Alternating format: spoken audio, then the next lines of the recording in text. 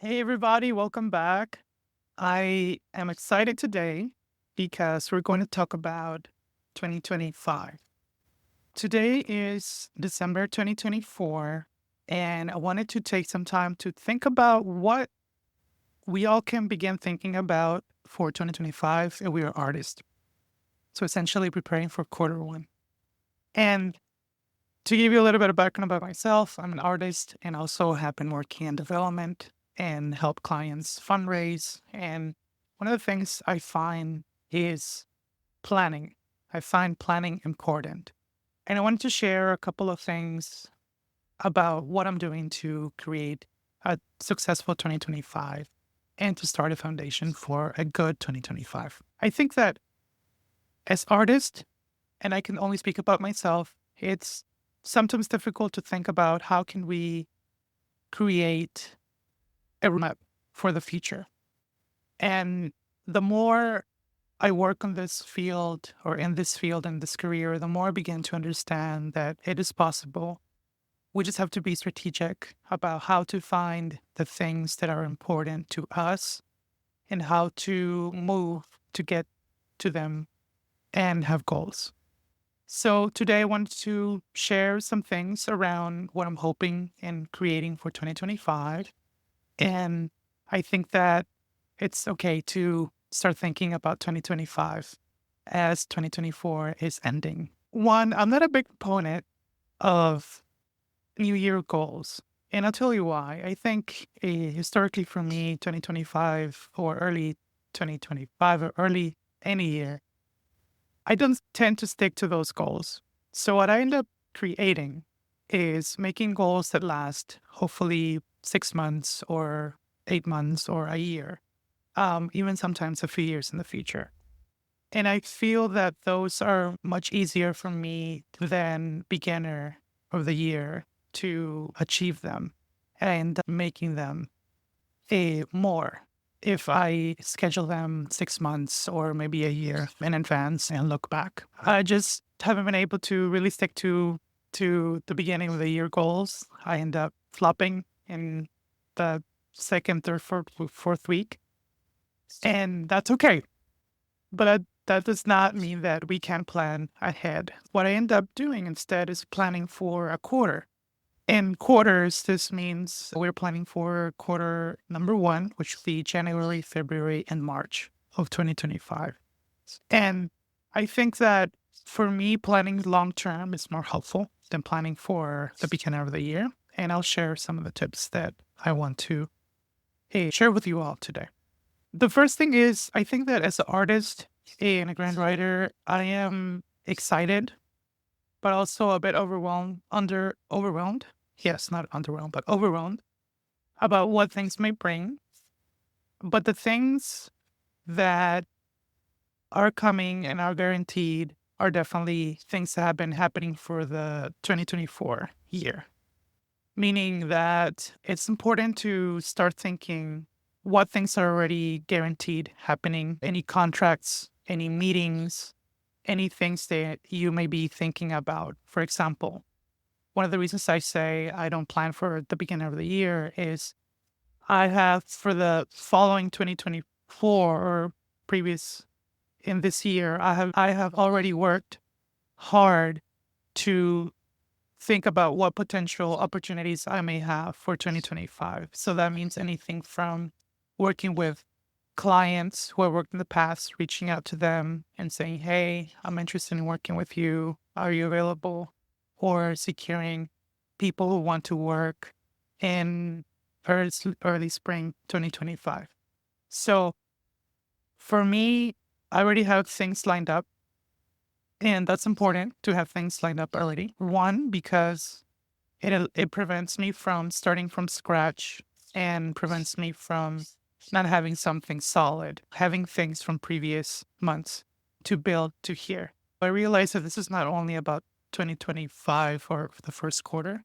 It's really what have we been doing for the past few quarters. So quarter three, quarter four, for us to start quarter one in 2025. So I think that's the most exciting thing, having things already lined up.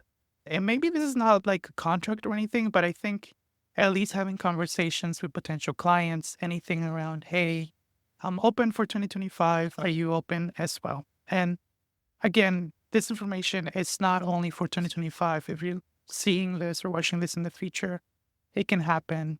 I think it's a good thought process for future years.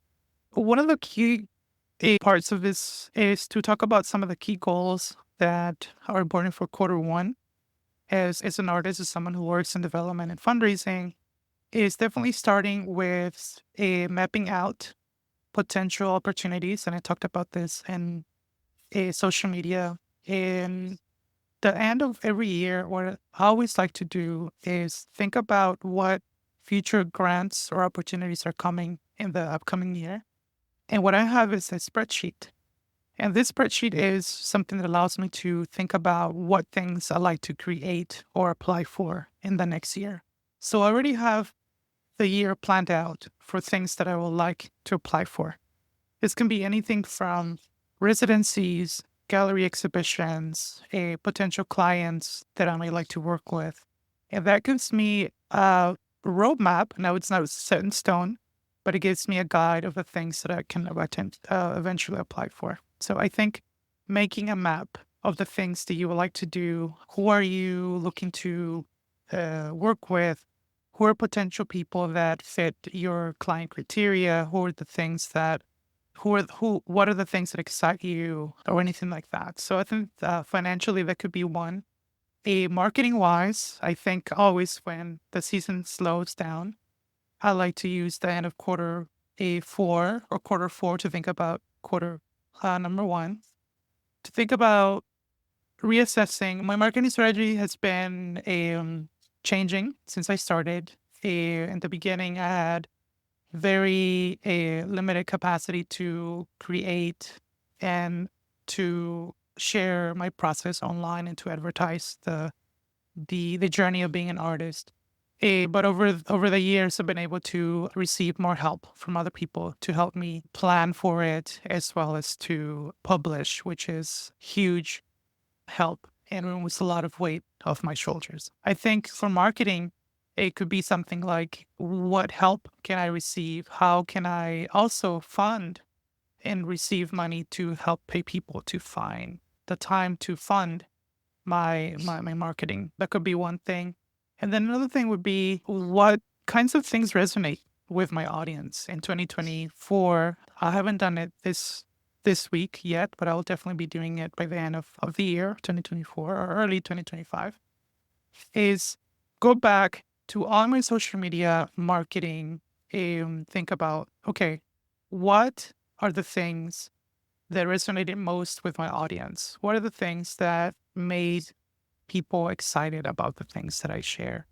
And I think that using that information, how many people liked, how many people shared, how many people commented on it, it's a good sign of the things that eventually I can start creating and sharing with the world. I will be using that strategy to keep growing and furthering the attention that I have, that people will think about me and my art career.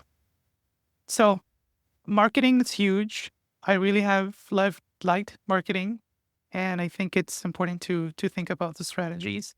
Marketing can go as far also into who are the people that you can reach out to work with you or collaborate with you.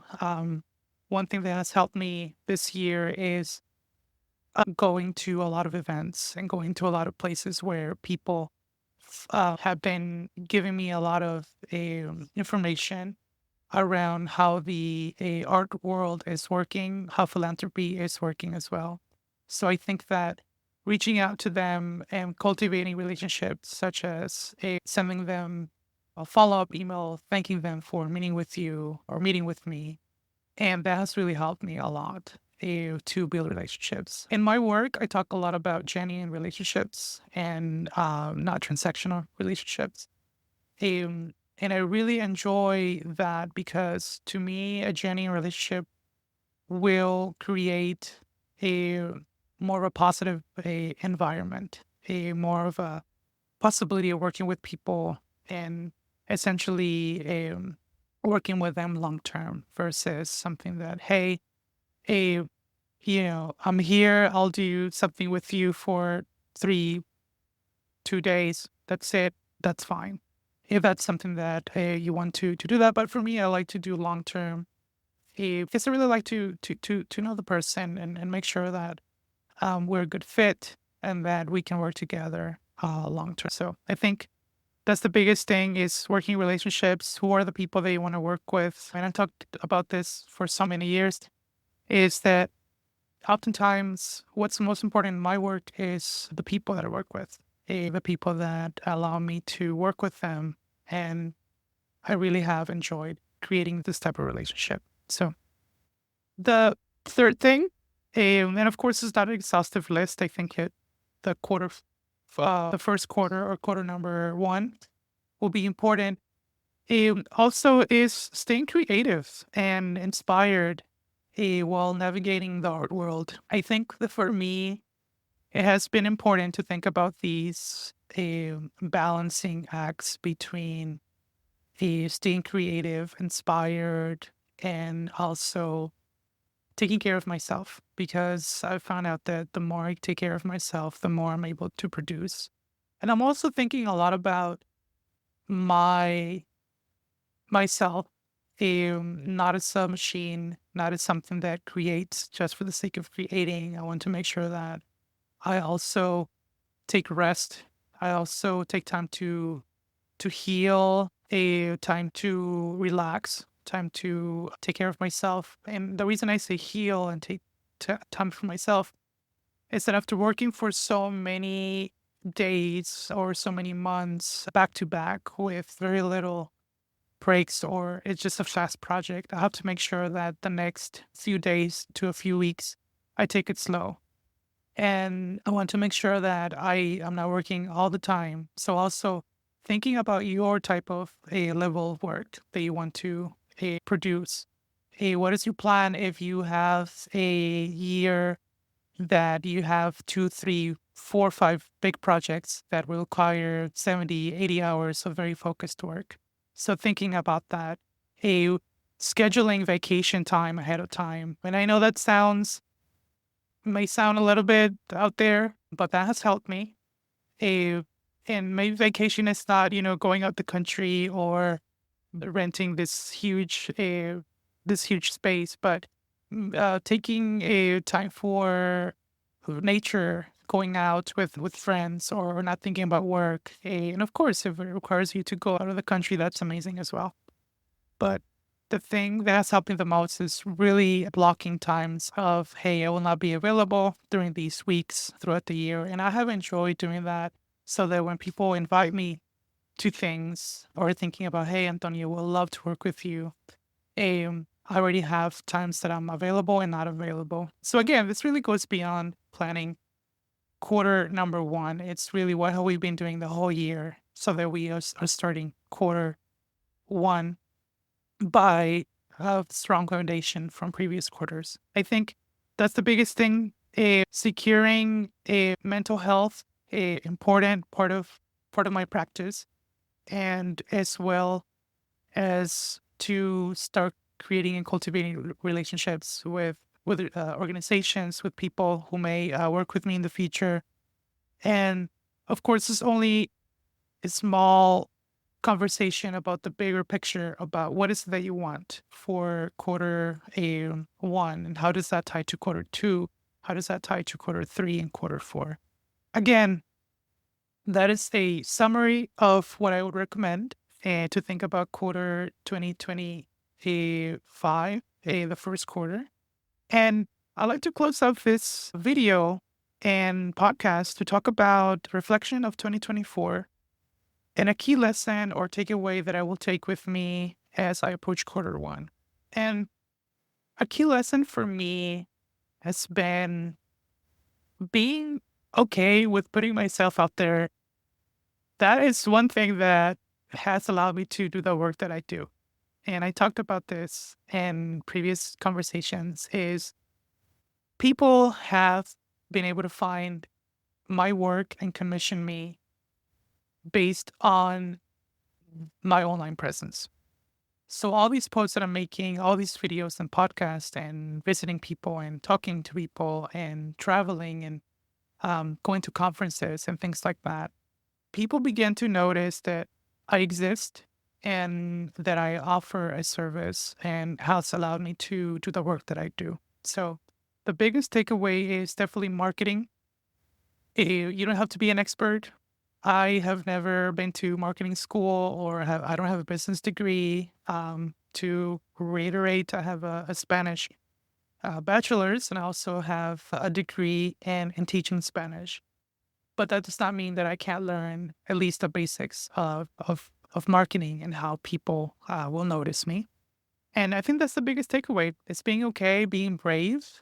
Sometimes when I post, before posting, I say, oh my goodness, am I okay with posting this? Or people think one of the things that I tell clients and I tell everyone is I really don't care what people think about what I'm doing. What matters for me is more important.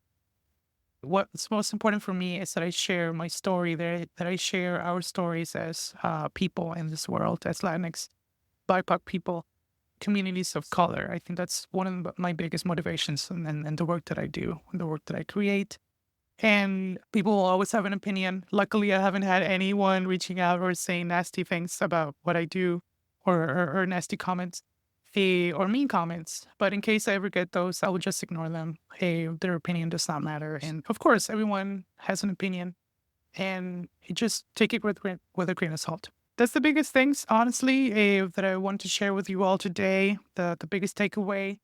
And again, to summarize is what you do in quarter 1 really depends on a lot of things that you've been doing in previous quarters. So if you're just starting out and thinking, I haven't done all these things in quarter 1, 2, and 3, it's okay. You can start fresh. You can start from a clean slate in the upcoming year and adjust.